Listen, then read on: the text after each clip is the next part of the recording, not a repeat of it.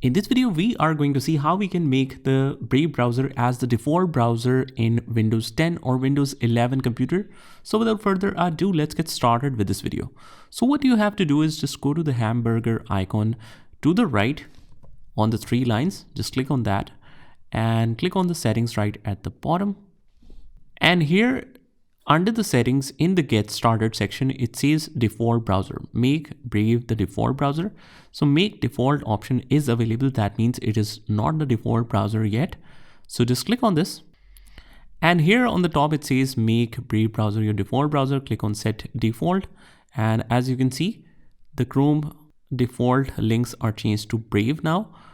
For some of the links like PDF, like HTML, you have to go manually in there and make Brave as default one by one.